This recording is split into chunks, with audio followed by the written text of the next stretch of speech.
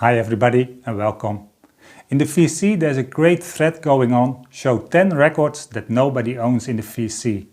And it is, well, I enjoyed it very much going through the collection and see which records are rare, which ones are obscure. This can be for, of course, many reasons. It can be they are low quantity pressed, it can be nobody knows about it, they're very obscure. It can be because nobody wants them to have in the collection because the music is really bad. And it can also be, of course, records that nobody knows because they're flying under the radar, but actually they are very good. And I want to start off with this Italian library record. It is from the end of the 70s and this fits a little bit in the category they're limited press. Of course, it is a library record, but also not many people know about it or are familiar with the album, and that is because there are no samples online. There's nothing on YouTube or anywhere else that plays or you can sample this record. Which is in a way a little bit sad because the record is by Paolo Salvatore and it is great. It is that library record where there's funkiness, there's that Italian ingredient, and there's roads, there's breaks, there's everything is a little bit there. Hope you enjoyed the sample.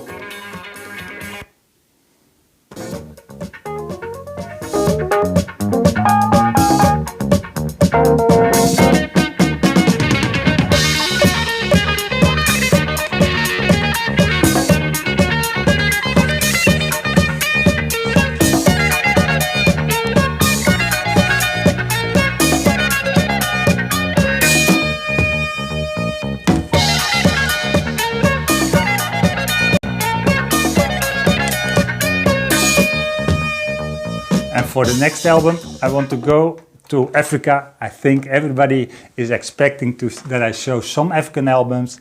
And it is, in a sense, it's not difficult to show rare African albums because some of them are just undiscovered. On the other hand, William Onyeabor, a lot of people know him. This was his first album. And his first album is a little bit different. There's a little bit less electronic. It's much more real instruments, but which makes it fun. He wanted to repress it in the 80s. The original album is from 77. I think he repressed it in the beginning of the 80s, but they lost the master tapes. I don't know exactly what has happened, but they lost it. So it is fun. There's actually a second one, and this is the pressing from 1982. And of course, William Onyeabor, he really turned it around.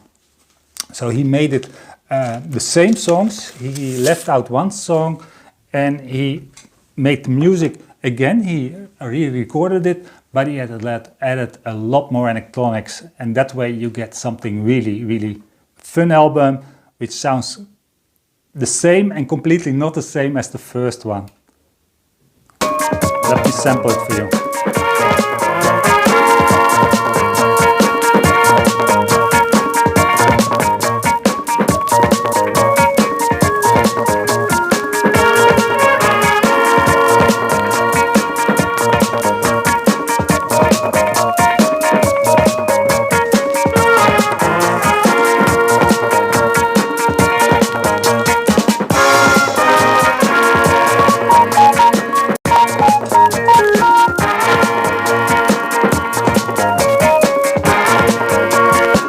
I think you can hear the electronics and the Moogs and the different synthesizers he had working for him.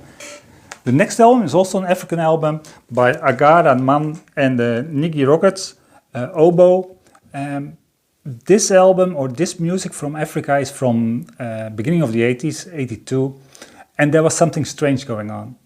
Why is it rare? Because it is music from the heart of Africa. They call it Edo-Funk. Edo-Funk was not really popular to collect of African albums till Analog Africa. They compiled a compilation where they put out the best songs. On that compilation is of course also this album. I think they took 2 songs or 2 singles from the LP, which has only 4 songs. And you can recognize the music as it is much more at the heart of what Nigerian music was before they got introduced to funk and blues and rock. but they incorporate the different elements, and that makes it a very interesting period. In the beginning of the 80s, I think it is something to 86, 88, that this music was created, but it seems the records were very limited press. There was very little interest international for this music, but also national. I don't think Nigerians were really looking for this kind of music, and they were much more interested in pop music or music that was influenced by the Western music. Still, so many years later, 50 years later, 40 years later, for beginning of the 80s, this music has something unique, because you hear much more the influence of Africa, but there's that little bit of grooviness. They call it Edo-Funk. There's not that much funk in it, but it's more the groove, and the percussion is much stronger, which makes this really, really fun.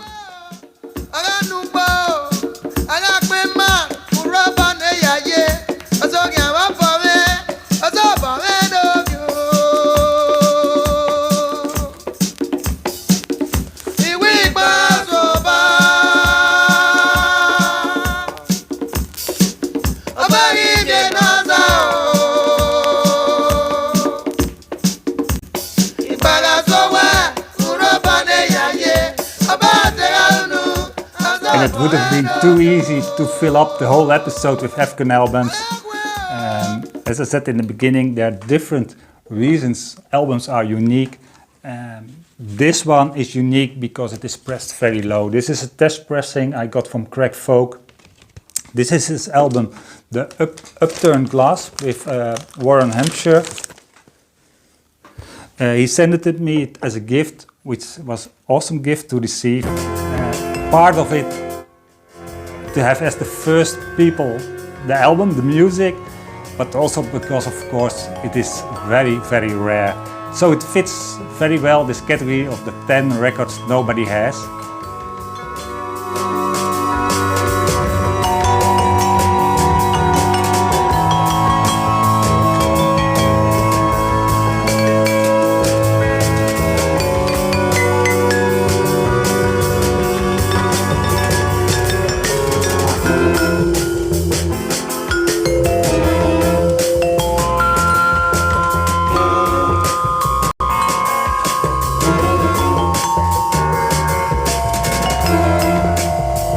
Test pressings, you never really know how many are pressed, but I think of this album, it's in a very low number of 5 or below. The next test pressing is from the Blameful from Sweden. He sent it also as a gift. He made it a little bit special. He put an extra autograph photo he attached to the white cover. It was taken by his dad on the holidays many years ago, I believe, end of the 70s. And it is a copy of the album. Let me first put it on, the music, so you can get a taste of the music.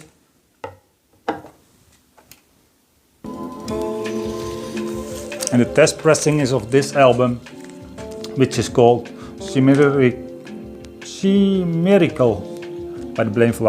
It is one of my favorite albums by him.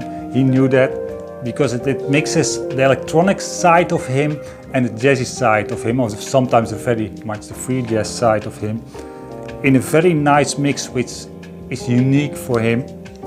Which is fun if you look at this album and you look at the back.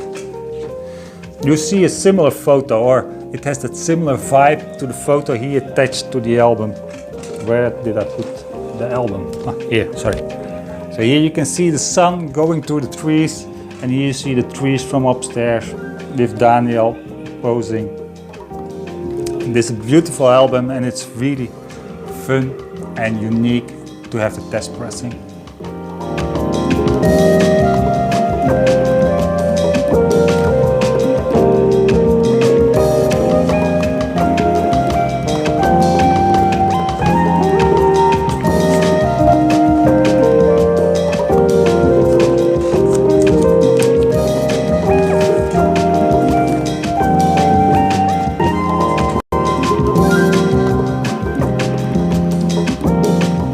Now switching categories again, going to music, people, well, they should not own it, but I think much more people like the music as that have owned this record.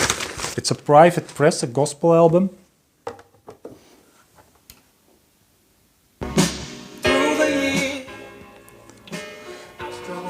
It's called Only a Matter of Time by Sanders & Co. And who know the Sanders family, they're from California, US.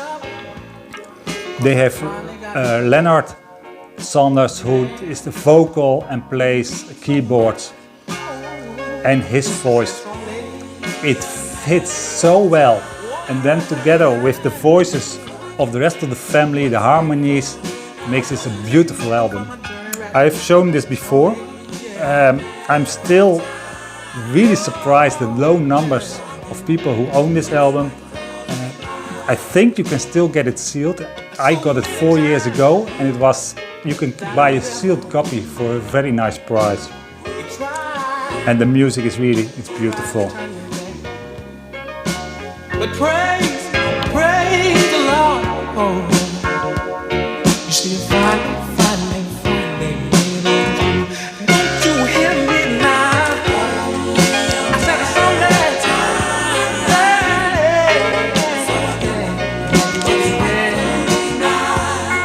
Hallelujah. Another album I think a lot of people will enjoy, but don't know about it, is a Brazilian album. It's by Lasso. It is from 85, that I did not mention. I have a lot of albums this time from 82. This one was also by Sanders and Company family, was also from 82. This album is from 85. Brazilian music from 85 is a completely... well, you have different musics, of course, in 85, but especially in the early 80s in Brazil, you had a lot of boogie. Traditional music was going away a little bit. You had that more in the background, the more rare albums. This one, MPB, is not really that extreme in the sound. It's very fresh to the ears. It even has a little bit of reggae influences, which brings it a unique taste in the music, and the flavors are really... I like this album very much, and I'm surprised little people know about it, and it's really flying under the radar. If you like Brazilian music and you like the sample, go look it out. Any of his 3 albums, he did 3 albums in the 80s, all of them are good, and very little people have them. Although, this is a gallery, maybe you own one of these albums.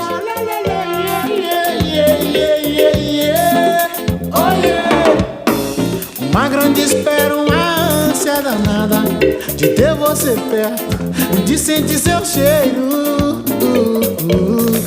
Você, fruta cobiçada, num galho alto que demora pra madurar. E eu aqui embaixo deste galho frondoso.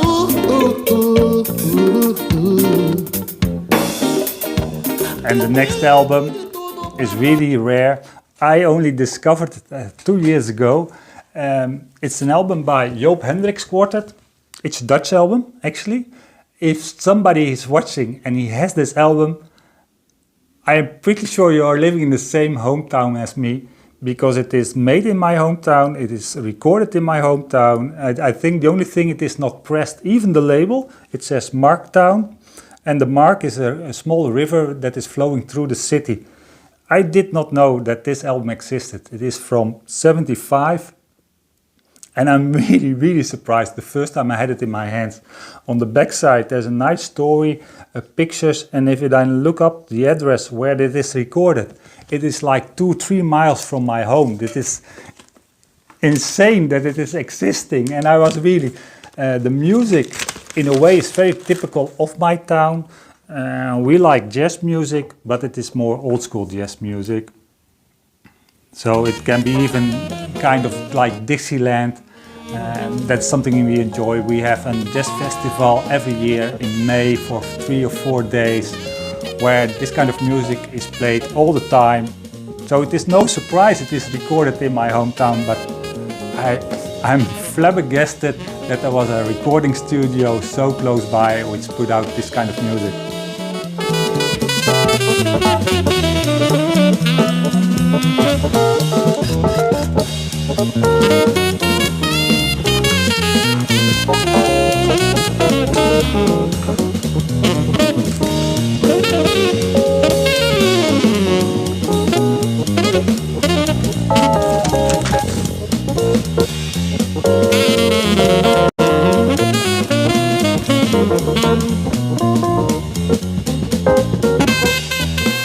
And as I said, my town is mostly jazz music in this kind of style.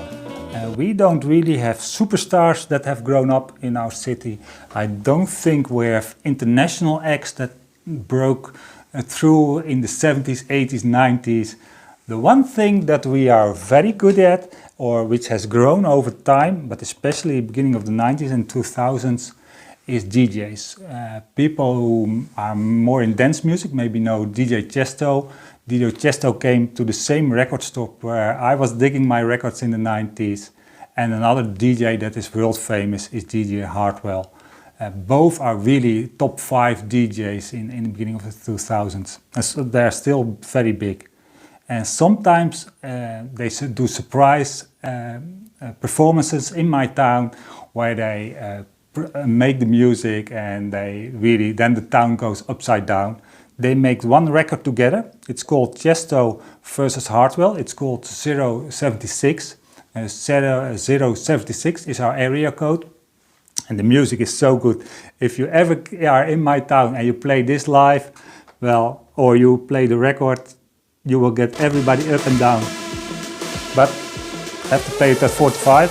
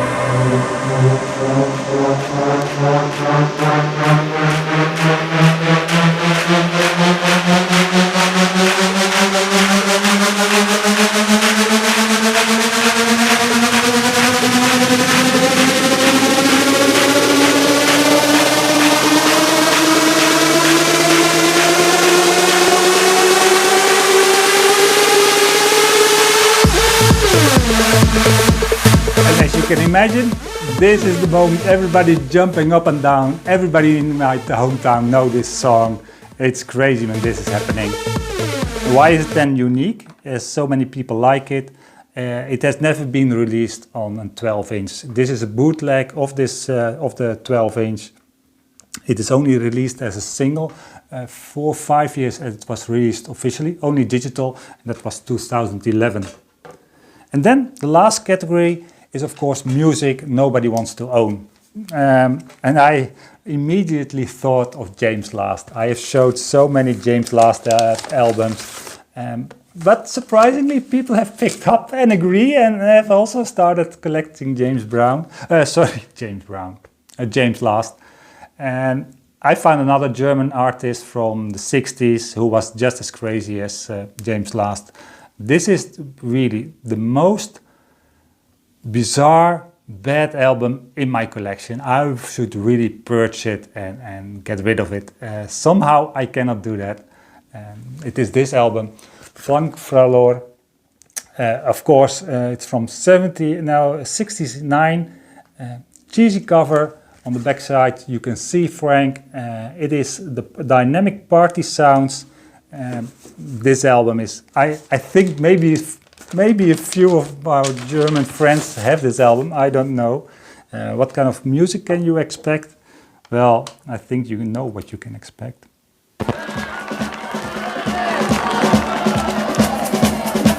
It is like music you can drink to, drink lots of beer. If people have this album, to make it even more unique, mine has it with the flyer. if that is anything to go by. But you get a poster, even better as the cover. This concludes all 10 records I want to show. I'm interested, do you have any? Did you enjoy the samples? Thank you for watching, see you next time.